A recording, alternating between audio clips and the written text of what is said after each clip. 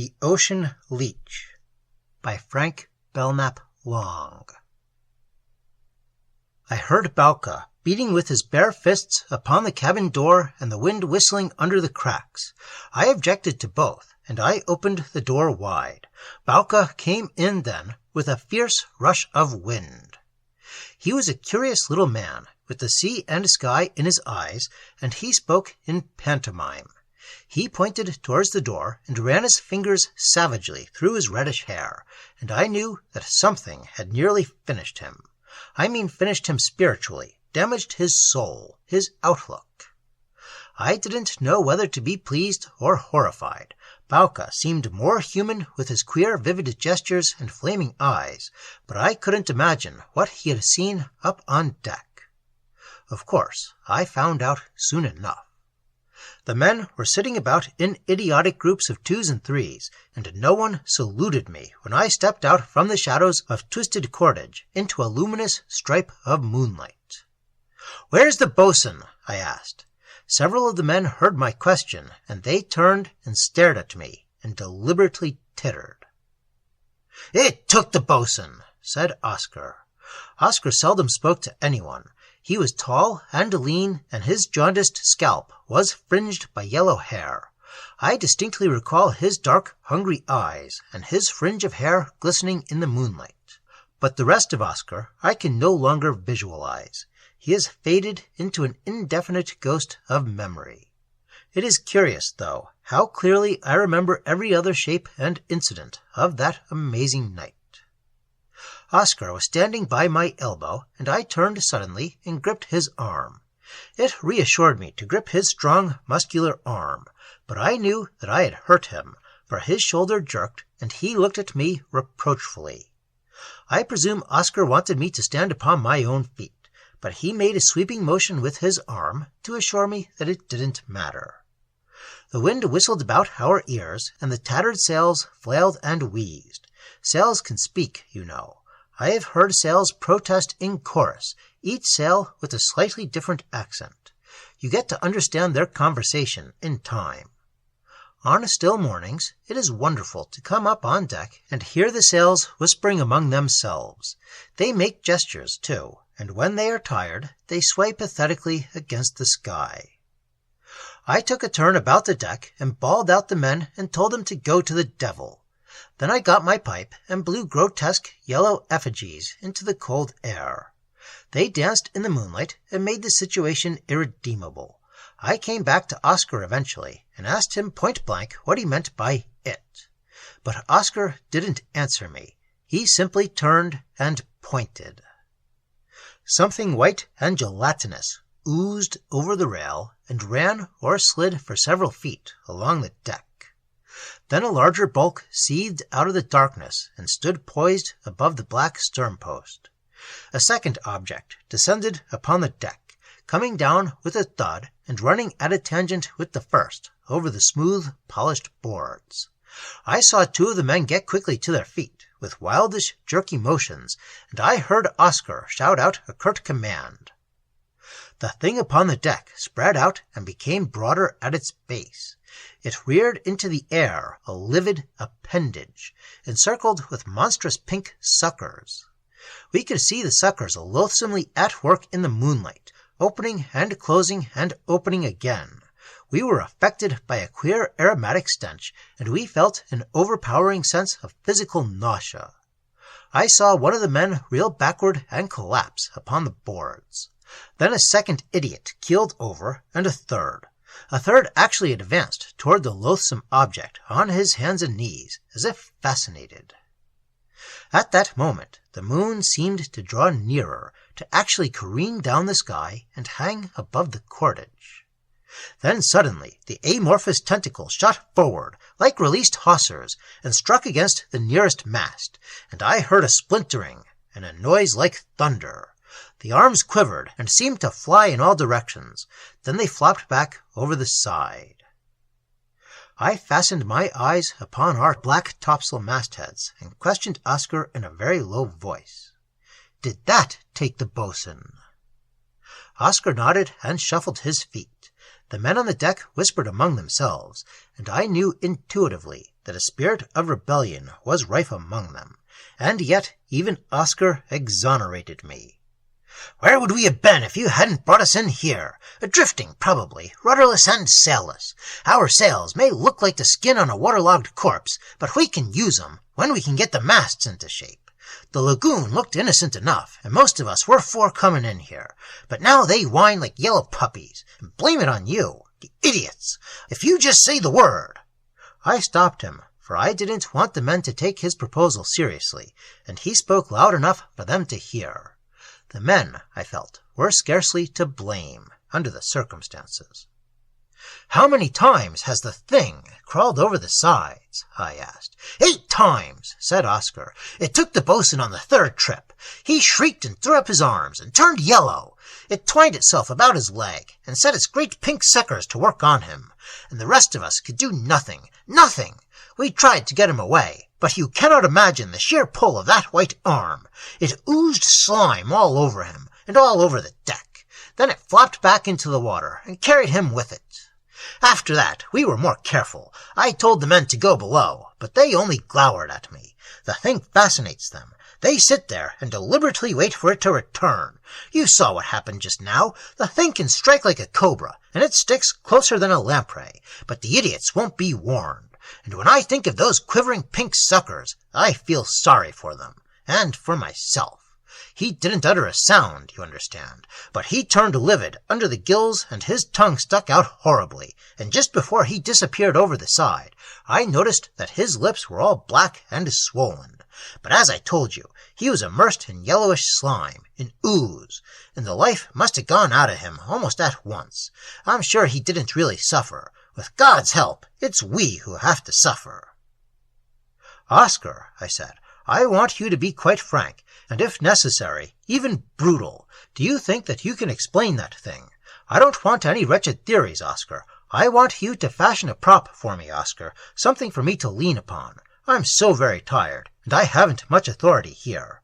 Oh yes, I'm supposed to be in command, but when there is nothing to go upon, Oscar, what can I say to them? How can I get them down into the cabin? I pity them so. What do you think it is, my friend?" "The thing is obviously a cephalopod," said Oscar quite simply, but there was a look of shame and horror in his eyes which I didn't like. "An octopus, Oscar." "Perhaps, or a monstrous squid, or some hideous unclassified species."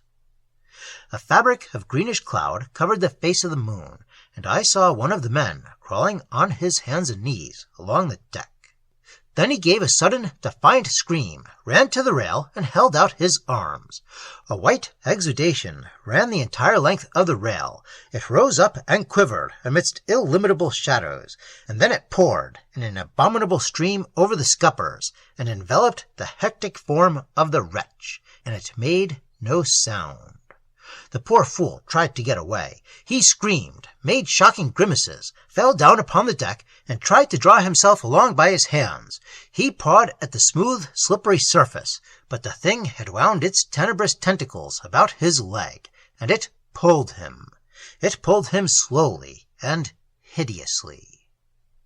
His head struck against the scuppers, and a crimson stream, no wider than a hawser rope, ran down the deck and formed a miniature pool at Oscar's feet. A sucker fastened upon his right temple, and another got in under his shirt and set to work upon his bare chest. I tried to get to him, but Oscar held fast to my arm, and would not tell me why. The body became white, slimy, changed before our eyes, and not one man stepped forward to prevent it. Suddenly, while we watched, the dead man, whose eyes had already glazed, was jerked forcefully toward the scuppers again and again.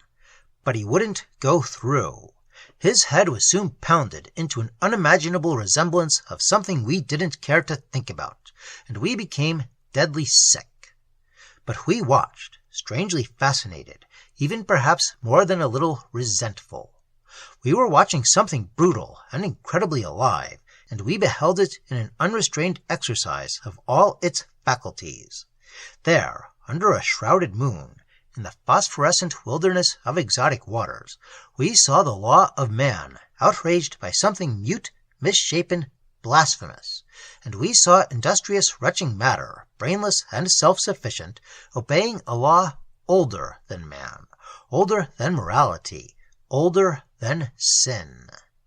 Here was life absorbing another life, and doing it forcefully and without conscience, and becoming stronger and more exultant through the doing of it.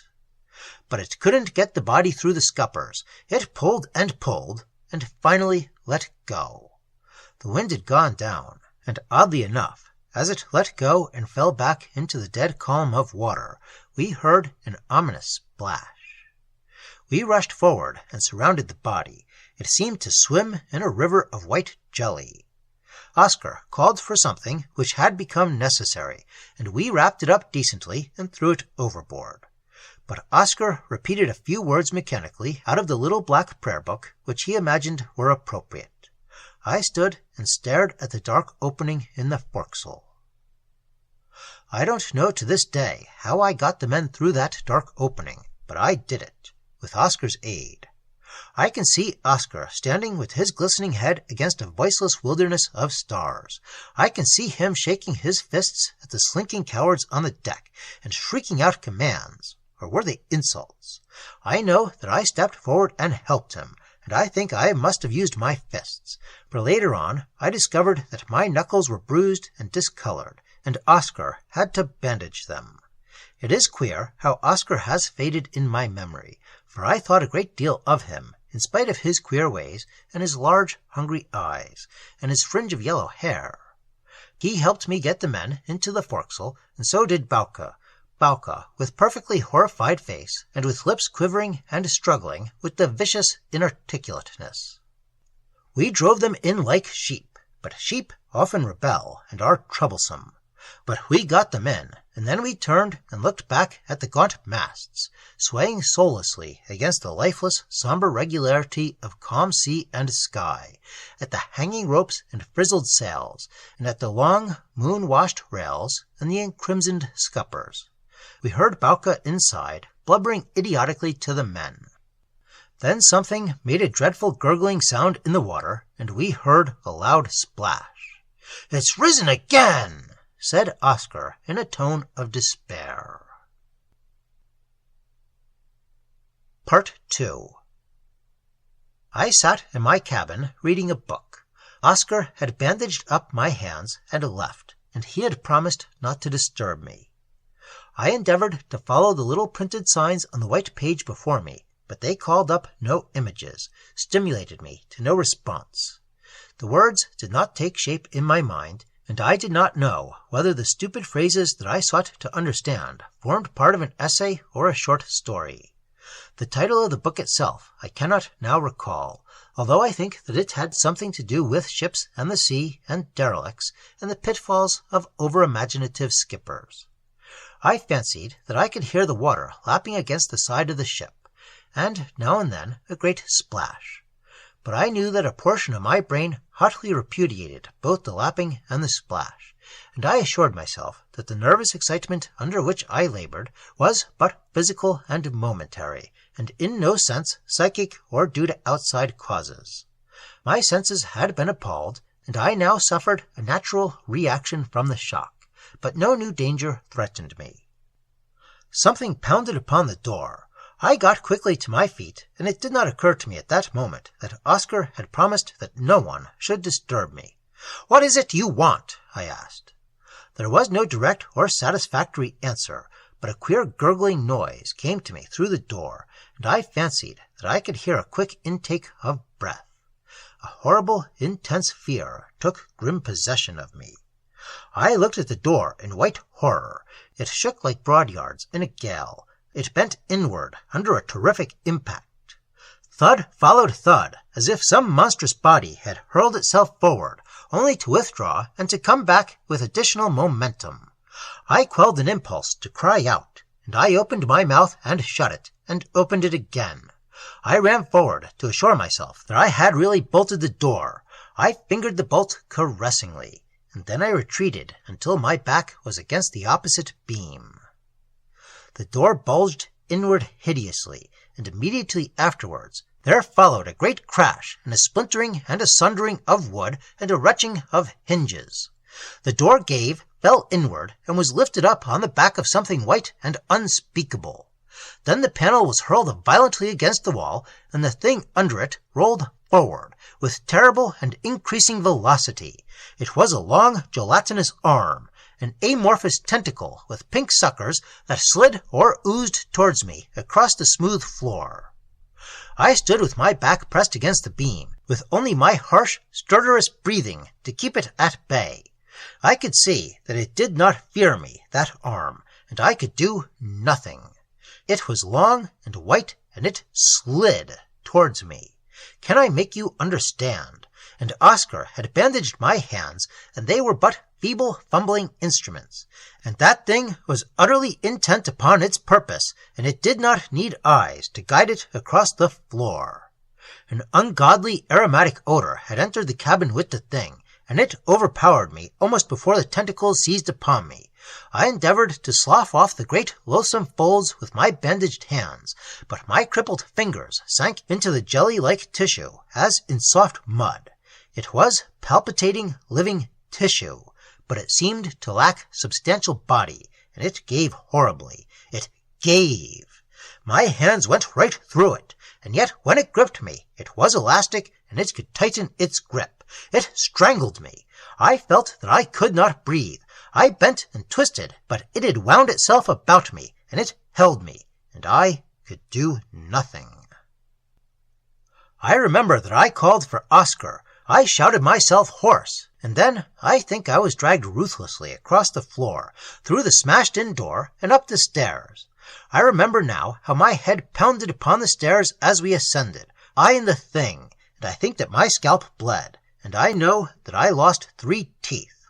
I received dreadful blows, cuffs, from the corners of stairs, from the edges of doors, and from the smooth, hard boards of the deck itself.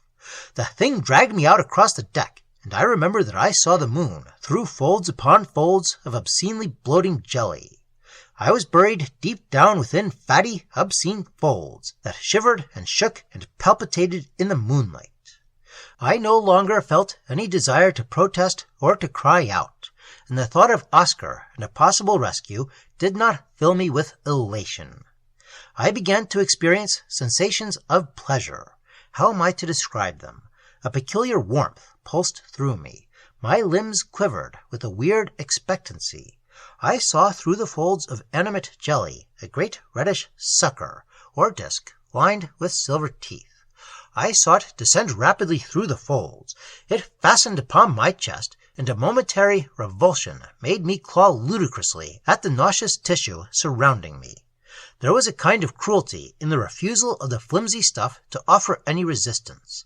One could go on that way forever, clawing and tearing at the fatty folds, and feeling them give, and yet knowing that nothing could possibly come of it.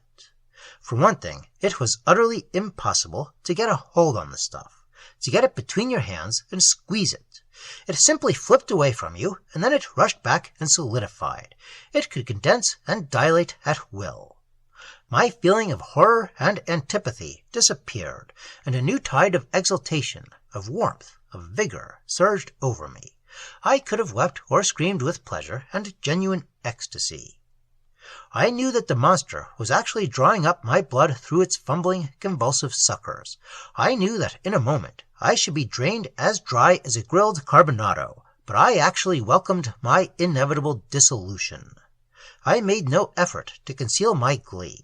I was frankly hilarious, although it seemed unjust to me that Oscar should have to explain to the men. Poor Oscar. He tied up the loosened ends of things, smoothed over vulgar and disagreeable realities, made the raw, ungarnished facts almost acceptable, almost romantic. He was a precious stoic and gloriously self-reliant. That I knew, and I pitied him. I distinctly recalled my last conversation with him. He was slouching along the decks with his hands in his pockets and a cigarette between his teeth. "Oscar," I said, "I didn't really suffer when that thing fastened upon me. I didn't, really. I enjoyed it." He scowled and scratched his ridiculous fringe of hair. "Then I saved you from yourself," he cried. His eyes blazed, and I saw that he wanted to knock me down. That was the last I saw of Oscar. He faded into the shadows after that, but had I kept him with me, I might have been wiser. The jelly about me seemed to increase in volume. It must have been 3 feet thick about my head, and I am sure that I saw the moon and the swaying mastheads through a prism of varying colors. Waves of blue and scarlet and purple would pass before my eyes, and a taste of salt came into my mouth. For a moment I thought, not without a certain resentment and hurt pride, that the thing had really absorbed me, that I was a portion and parcel of that quivering, gelatinous mass. And then I saw Oscar. I saw him looming above my obscene prison house with the lighted torch in his hand. The torch, viewed through the magnifying folds of jelly, was a thing of flawless beauty. The flames shot out and appeared to cover the entire deck, and to go flying up against the darkness. The cordage and the luminous rails seemed afire, and a red and ravening serpent lengthened parallel with the scuppers. I saw Oscar clearly, and I saw the great spiral of smoke that streamed from the tails of flame, and I saw the swaying, encrimsoned masts, and the black sinister opening in the forecastle. The darkness seemed to part, to let Oscar through with his torch and his stoicism. He swayed in the darkness above me, that silent, quixotic man, and I knew that Oscar could be trusted to put an end to things. I had no clear idea of what Oscar would do, but I knew that he would make some sort of brilliant and satisfying end. I was not disappointed, and when I saw Oscar bend and touch the folds of jelly with his great flaming torch, I wanted to sing or shout. The folds quivered and changed color. A maddening kaleidoscope of color passed before my eyes, flaming scarlet and yellow and silver and green and gold. The sucker released its hold upon my chest and shot upward through the voluminous folds. A terrific stench assailed my nostrils. The odor was unbearable. I threw out my arms and fought savagely to break through to reach the air and light and Oscar. Then I felt the heat of Oscar's torch upon my cheek, and I knew that the tissue about me was falling away and burning to shreds. I saw that it was dissolving also, turning into oil, into grease, and I felt it hotly trickling down my knees and arms and thighs. I closed my lips tight to keep from swallowing large quantities of the nauseous fluid, and I turned my face to the deck to protect my eyes from the falling fragments of sizzling tissue. The creature was literally being burnt alive, and in my heart of hearts I pitied it. When Oscar at length helped me to my feet, I saw the last of the thing disappear over the side. Its arms were horribly charred, and the suckers were gone, and I caught a momentary glimpse of dangling frayed ends and reddish knobs and bulging protuberances. Then we heard a splash and a queer gurgling sound. We looked at the deck and saw that it was covered with greenish oil, and here and there great solid chunks of burnt tissue swam in the hideous porridge. Oscar bent and picked up one of the fragments. He turned it right side up in his hand so that the moonlight fell upon it. It contained in its 5-inch expanse a 4-inch sucker, and the sucker opened and closed while Oscar held the thing in his hand. It fell from Oscar's hand like a leaden weight, and bounded into the air. Oscar kicked it overboard and looked at me. I looked away towards the black topsail masthead.